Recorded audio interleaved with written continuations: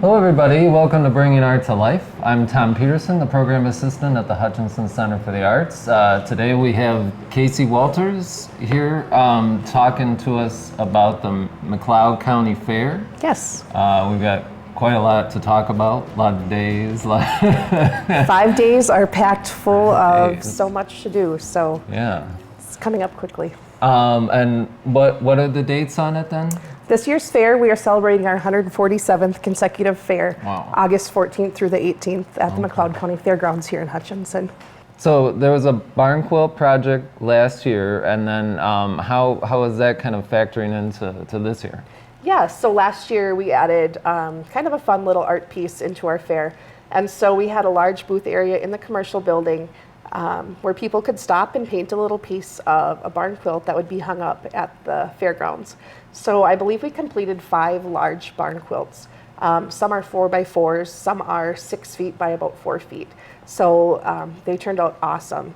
And so this year we'll be hanging those up this summer, and we'll have a kind of a dedication or just a kickoff of a self-guided walking barn quilt tour Wednesday. I believe that might happen during the Senior Citizens Program, but we will have brochures listing where they're all located and maybe a little bit about maybe the creator who made the barn quilt design or any other fun information about it. But if anyone stopped and did a little bit of painting, it'll be a lot of fun to walk around and see those barn quilts and be like, oh, hey, I painted that little corner. Yeah. So kind of a fun little public art piece that we kind of completed as a fair-wide group. Yeah. And we'll continue adding on to that to make sure that we eventually have enough barn quilts for each building. Right. Well, that's great. Yes, they turned out, like I said, beautiful.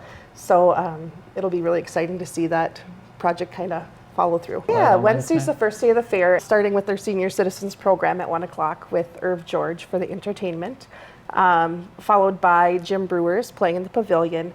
And then we have a DJ playing at 6 o'clock, VJ Brunzi, and the Supercross in the grandstand at 7. Thursday, again, we really try to pack all of our days with a lot of just quality entertainment, so you can hop from one place to the next. So starting out, we have the Wendinger Band at 1 o'clock on Thursday. So that's kind of a change from usual years. They're always our Sunday afternoon before the white sidewalls, but due to their scheduling, we had to pick a different day. So they're going to be Thursday at 1 o'clock in the pavilion.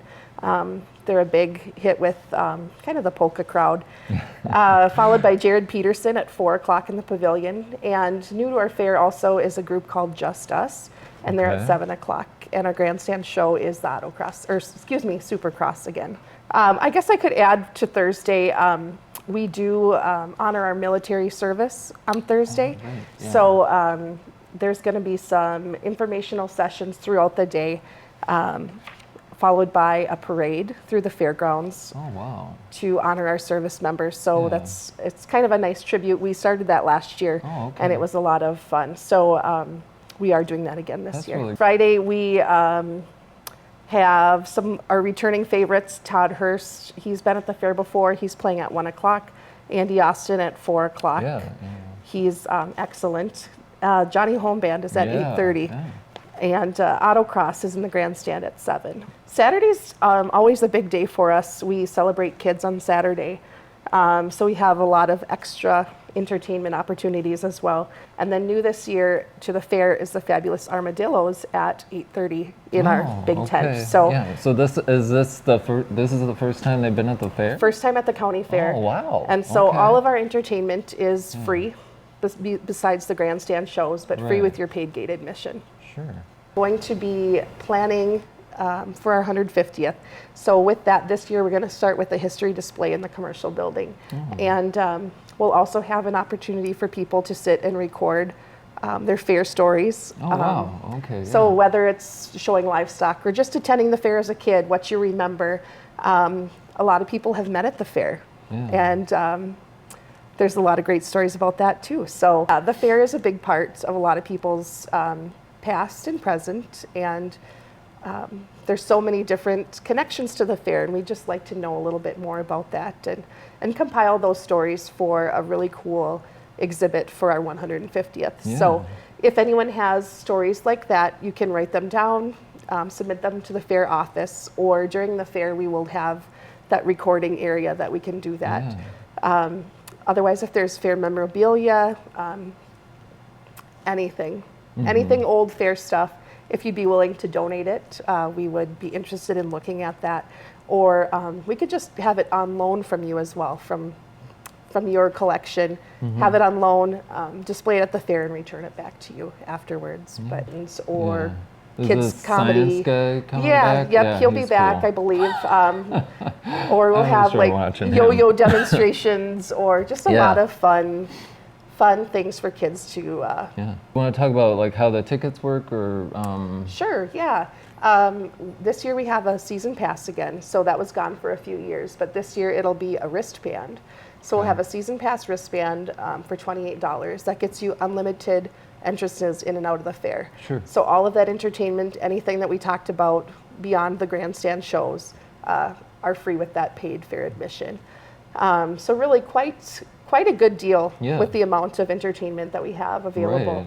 Right. Otherwise, just our general fair admission is $7 per person over the age of 12. So 12 and under is free. Parking is always free. You can find tickets online at our website, mcleodcountyfair.com, or you can purchase them in the fair office in advance. But with just a general fair admission, you can do that right at the entrance gate. Sure. Okay, so a couple of things coming up at the Center for the Arts, and also with our partner groups starting in July. We've got 2 exhibits kind of coexisting together.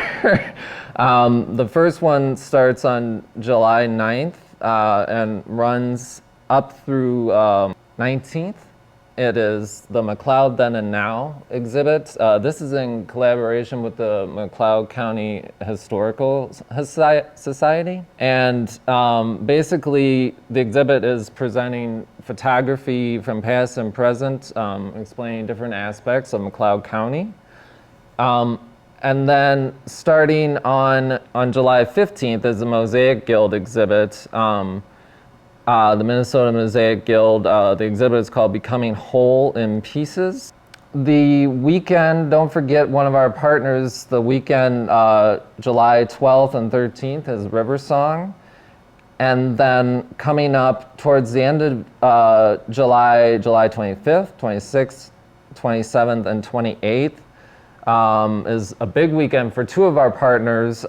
We've got the Hutchinson Theater Company's production of the musical Happy Days, and then on the 27th and 28th, the Minnesota Pottery Festival. So you could actually go, like the Pottery Festival is like from 10 to 5, and Happy Days is at 7. So you could go see, you can go check out the Pottery Festival, and then go check out Happy Days that same night at the Hutchinson Center for the Arts, 7:30 to 9 p.m., Thursday, August 1st, called The Prairie Homeless Companion. And it's a traveling radio show which is about the realities of housing instability in Southwest Minnesota and bringing visibility to the rural homelessness. Check out what's going on at the Center for the Arts and also our partner groups, and have a great summer, you guys.